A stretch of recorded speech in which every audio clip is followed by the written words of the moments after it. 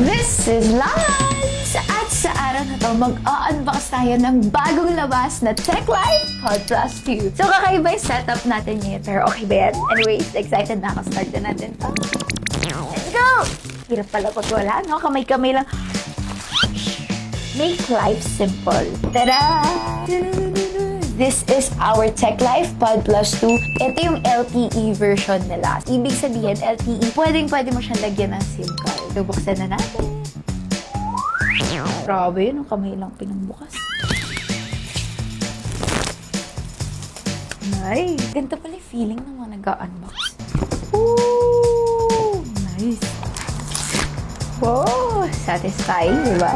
Ang laki na screen niya. 12-inch screen siya. 2K large display. So, buksan na natin. Ooh!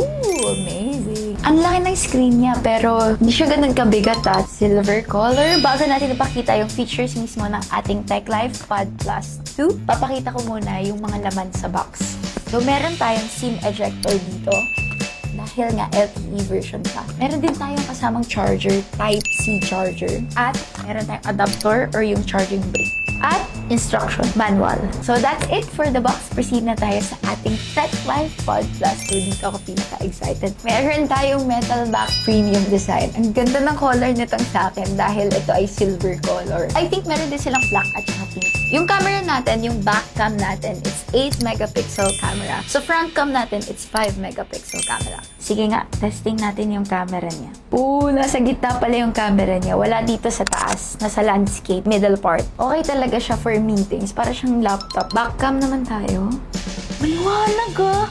Wow, nice! And yung battery nito, it's 9,000 mAh long-lasting battery. Pakita natin yung 2K large display niya. Yung speakers niya pala is quad speaker na. So, malakas talaga yan siya. Wow! Wow, nakakamiss naman mag-nature trip dito. Ay, nakalimutan ko pala tanggalin yung TechLife dito na skins. Wow! Mas maliwanag siya! Ang ganda! Hindi matte finish yung screen niya. It's glossy finish, kaya vibrant yung colors. Meron din tong 90Hz refresh rate. Smooth, oh. Pagdating naman sa storage, hindi ka naman mamroblema dahil meron siyang 128 internal storage at meron pang up to 1TB expandable storage. Ito yung brightness mode niya. Ito yung pinakamababa. Yung pinakamaliwanag. Tada! So, ipapakita ko yung iba niya pang specs dito. Ayan. Kung swak na swak sa inyo bilang student or working student, para siyang malaking cellphone. Very handy.